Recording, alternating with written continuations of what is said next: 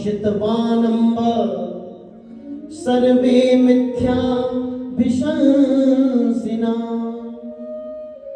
और यदि सत्य गिरस्तर ही समक्षम पश्य मे मुखम। मैया मैंने मिट्टी नहीं खाई, सब झूठ बोल रहे हैं, फिर भी तुझे लगता है मैंने मिट्टी खाई है तो मेरे मुंह में देख लेना, पिटाई नहीं करना।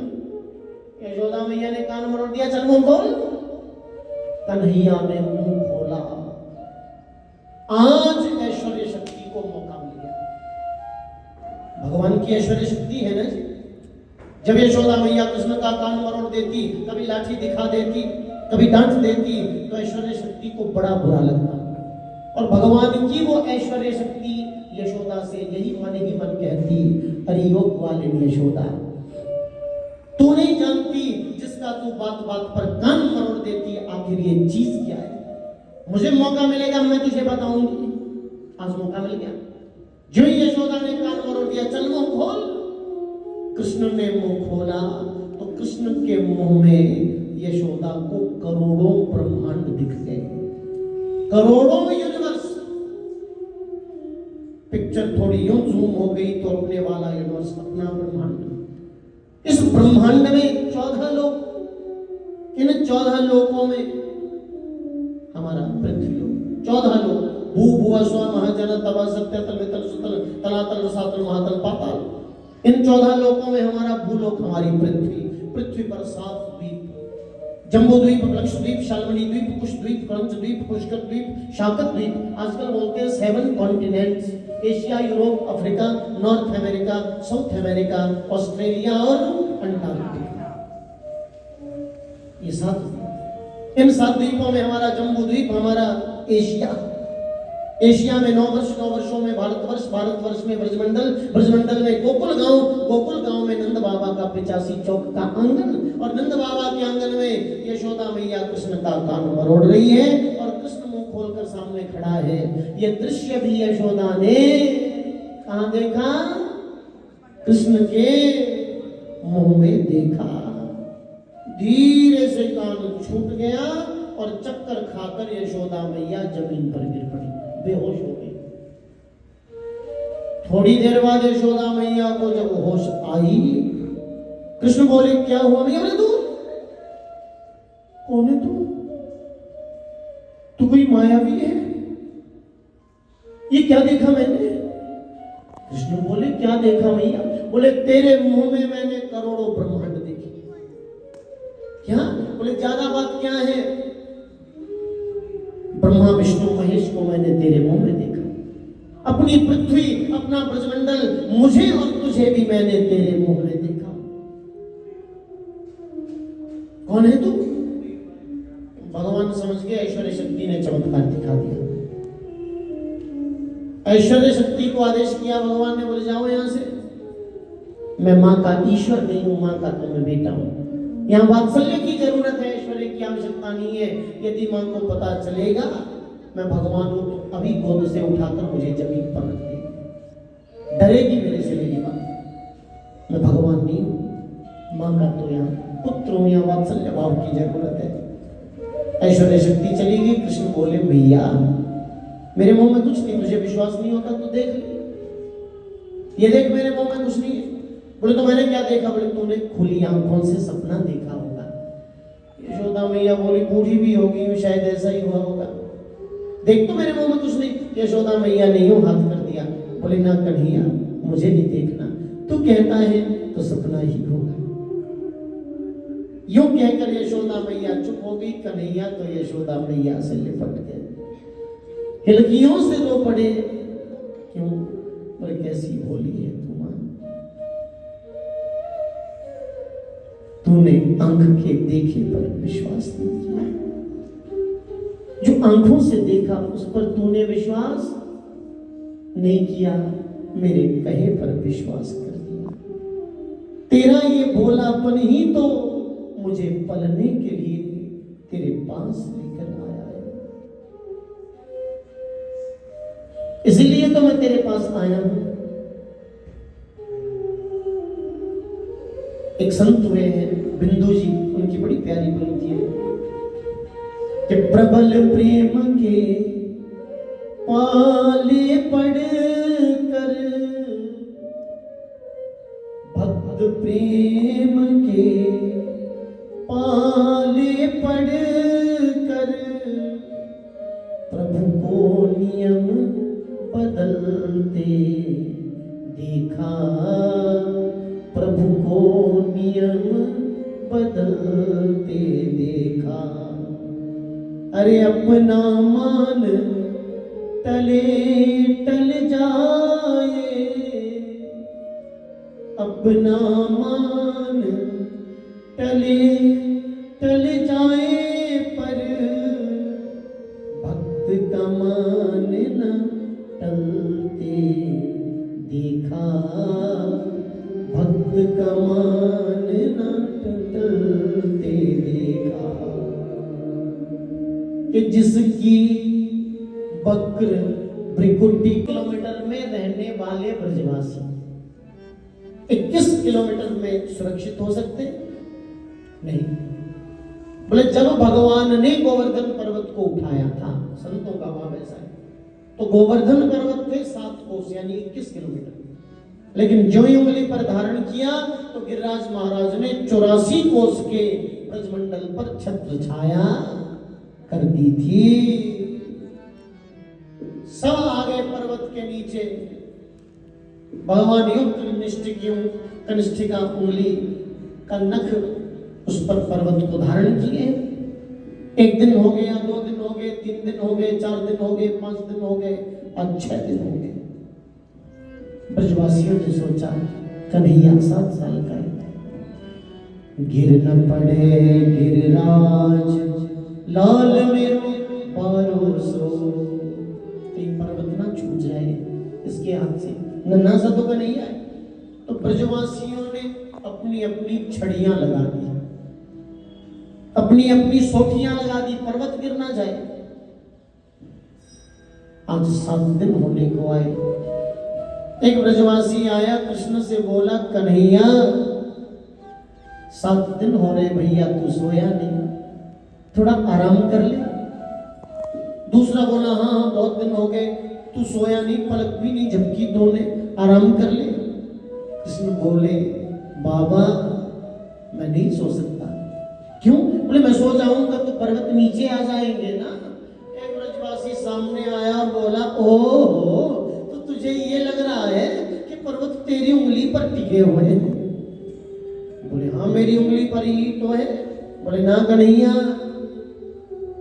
तेरी उंगली में इतनी ताकत कैसे जो तू पर्वत उठा सके? ये तो हमारी सोटियां लगी हुई है, छड़ियां लगी हुई है, हमारी सोटियों पर पर्वत टिके हुए हैं। कृष्ण बोले बाबा आप लोगों की सोटियों में, छड़ियों में वो ताकत नहीं है जो पर्वत को उठा सके। ब्रजवासी बोले ओ हमारी सोटियों में ताकत नहीं और तेरी उंगली में बड़ी ताकत है, ऐसा क्यों? बोले वो बाबा दरअसल वो बात ऐसी है, अब मैं तो भगवान हूं ना। ब्रजवासियों ने देखा कौन है तू, फिर कहना एक बार। बोले भगवान हूं। देखो जी नंद का छोरा अपने आप को भगवान बोल रहा है। अच्छा भैया ठीक है तू भगवान है, क्या काम किया तूने ऐसा जो तू भगवान है? बोले मैंने पूतना मारी, शक्तासुर को मारा, अघासुर को मारा, तृणावर्त को मारा। बोले बस बस बस, बड़ा आया पूतना को मारने वाला। अरे तू तो 7 दिन का था जब वो पूतना आई थी। अरे वो तो बेचारी बगीचे में सो रही थी, आराम कर रही थी, सोती सोती के सिर पर 4 सुठियां ऐसी जमाकर मैंने मार दी कि वहीं पर मर गई। बड़ा आया शक्तासुर को मारने वाला, उसको यमुना जी में फेंकने तो हम ही गए थे। हम तो चाहते छोटा बच्चा है तो थक गया होगा, आराम कर लेता, ज्यादा शौक है तो उंगली लगाकर खड़ा रहे, अपना क्या है? बोले नहीं बाबा मैं आराम कर लेता हूँ, आराम कर लेता हूँ। बोले हाँ हाँ मेरी गोद में ही आके सो जा। बोले तो उंगली हटा दूं? हटा देगा नहीं, उंगली हटा दूं? सब ब्रजवासी बोले एकदम हटा देगा नहीं, सोटियां तो लगी ही, हटा दे। आप कन्हैया ने अपनी उंगली जब धीरे से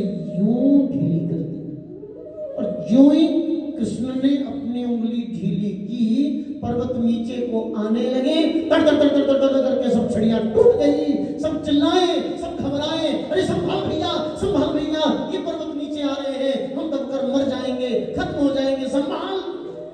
अब कन्हैया ने उंगली पर फिर धारण कर दिया। अब ब्रजवासी बोले, कन्हैया अब तो तुझे बताना ही पड़ेगा, हमारी मोटी मोटी छड़ियां टूट गई, तेरी उंगली में इतनी ताकत कहां से आ गई जो तूने पर्वत उठा लिया। अब कृष्ण सोचने लगे, मैं यदि ये कहूं कि मैं भगवान हूं तो ये बात तो ये मान नहीं रहे है? ये बात तो नहीं मानेगी, कुछ और कहना पड़ेगा। तो क्या कहा, आप सुने। बोले, कछु माखन को बल बढ़ियो, कछु माखन को बल बढ़ियो। आप लोगों के घर से माखन चुरा चुरा कर खाया ना मैंने, उससे मेरा बल बढ़ा, उससे ताकत बढ़ी। गोपियों को इशारा भी कर रहे हैं, तब तो आ जाती थी तुम शिकायत लेकर, अब आया ना तुम्हारा माखन, तुम्हारे ही काम। बोले, कछु माखन को बल बढ़ियो, कछु गोपन करी सहाय। श्री राधे जी की कृपा सो मैंने गिरवर लियो उठाए। कुछ माखन का बल बढ़ा, कुछ आप लोगों ने भी मेरी सहायता की। ब्रजवासी बोले, माखन का बल बढ़ा हम मानते हैं, पर हमने सहायता की ये नहीं मानते हम। क्यों? बोले, हमारी मोटी मोटी छड़ियां टूट गई, हमने क्या सहायता की। बोले, जब मैं पर्वत उठा रहा था तो आप सब टकटकी लगाकर मुझे देख रहे थे। वो तो इसलिए देख रहे थे कन्हैया कि कब तू पर्वत छोड़ता है और अपना चूर्ण चटनी बन जाता है, डर के मारे तुझे ही देख रहे थे, देख तो मुझे रहे थे। तो आपके शरीर की शक्ति आपकी आंखों के द्वारा मेरी आंखों में आई, मेरे शरीर में आ गई, मेरी उंगली में आ गई, इसी से मैंने पर्वत उठा लिया। आप लोगों ने सहायता की है। श्री राधे जी की कृपा से मैंने गिरवर लियो उठाए, राधा रानी की कृपा से मैंने पर्वत उठा लिया। गोविंद भगवान की।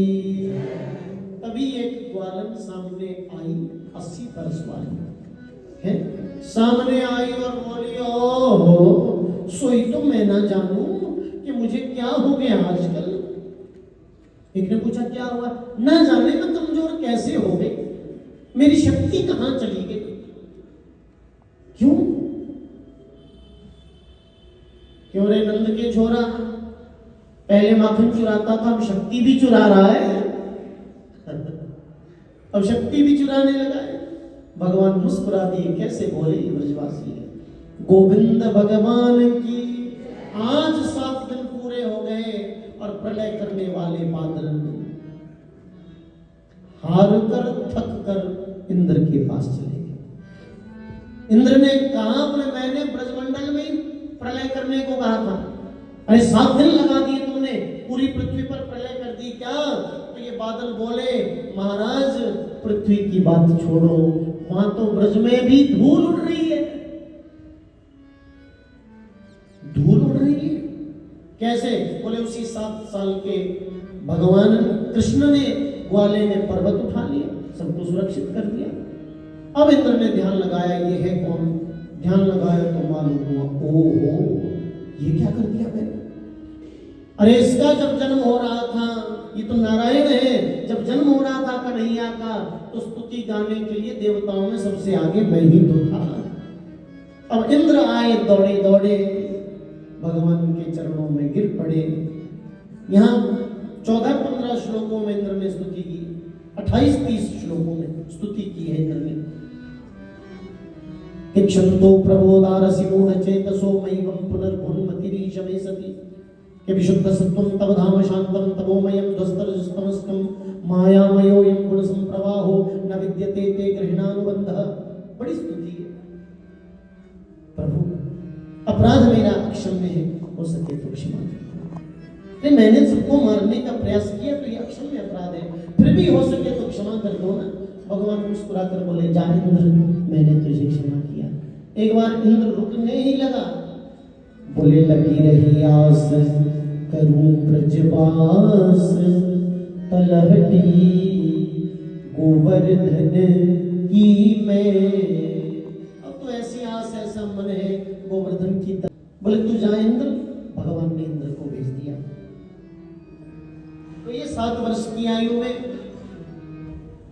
गोवर्धन लीला। कुछ लोग प्रश्न करते क्यों जी, पर्वत को उठाया भगवान ने, इंद्र ने प्रलय वाले बादलों से बरसात कराई, पर्वत ने छाते का काम किया। अब बारिश छाते पर पड़ती है तो छाता उसको सुखा लेता क्या? छाता बारिश को पी लेता क्या? नहीं, वो बारिश कहां पड़ती है बाद में? पृथ्वी पर। तो ये तो प्रलय की बरसात थी, पर्वत ने तो खाली छाते का काम किया। तो पानी पृथ्वी पर आता और पृथ्वी प्रलय में डूब जाती। ऐसा क्यों नहीं हुआ? पानी कहां गया? और जब भगवान ने पर्वत को उठाया था तो 3 को याद किया था। किस किस को? सबसे पहले याद किया शेषनाग को, दूसरे नंबर पर याद किया अगस्त्य ऋषि को, तीसरा याद किया था सुदर्शन चक्र को। प्रलय की बारिश हो रही थी, पर्वत को पूरे ब्रजमंडल तक फैला दिया भगवान ने। पर्वत के चारों तरफ बांध बना दिया शेषनाग ने। एक जगह पानी गिरा रहे थे, अगस्त्य ऋषि आए, दोनों हाथियों करके गटागट प्रलय का पानी पी गए। जो बूंदे कुछ बाहर गिर रही थी पानी की, सुदर्शन चक्र वो आकाश में ही सुखा रहा है। क्योंकि भगवान ने कहा था इंद्र के अभिमान के ये जल की एक बूंद भी धरती पर पड़नी नहीं चाहिए। आइए अब आप सब लोग मेरे साथ में गिरिराज महाराज परिक्रमा लगाएंगे। उससे पहले गिरिराज महाराज जी को भोग लगेगा। गिरिराज महाराज जी की पूजा यहाँ पर यजमान जी आचार्य जी से करेंगे। 56